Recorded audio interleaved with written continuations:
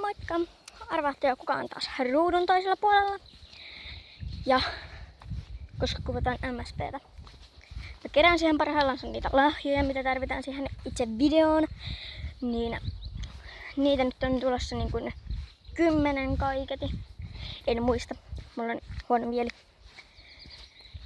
Ja tosiaan mun mieli ei ole poskessa. Se on aivoissa.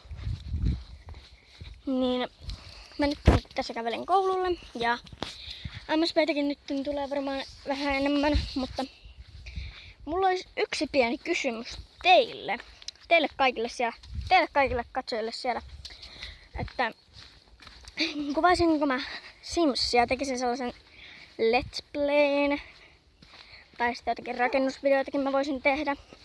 Ja nyt tulee tää inhottavin osuus, kun toi koira tuolla räksyttää. Kiitti, jos oot hiljaa. Siellä niin. Että pistäkää myös kommentteihin, jos haluatte, että mä teen Simsistä let's playtä.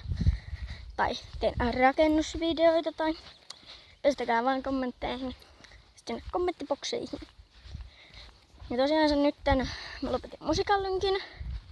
Ja mun vippikin loppui MSP:ssä aika nopsaa. Että nyt kun on täällä kesällä, niin sitten pystyy taas tehdä enemmän näitä videoita, mutta maanantaina sitten minä en enää voikaan tehdä.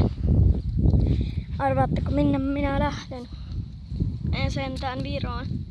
Minä lähden Ouluun. Oulun kylpylään ja mä en muista taaskaan sen nimeä. Jotenkin se on niin hankalaa muistaa.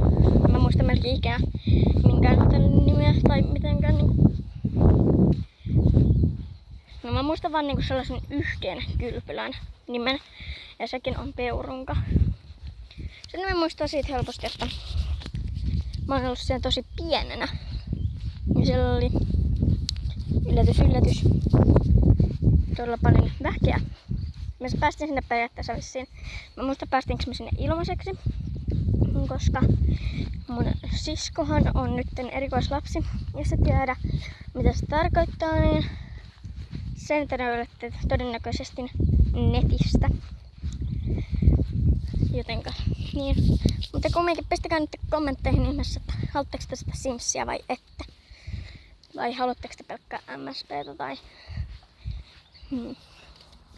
Mutta me näemme sitten seuraavan videon parissa. Moikka!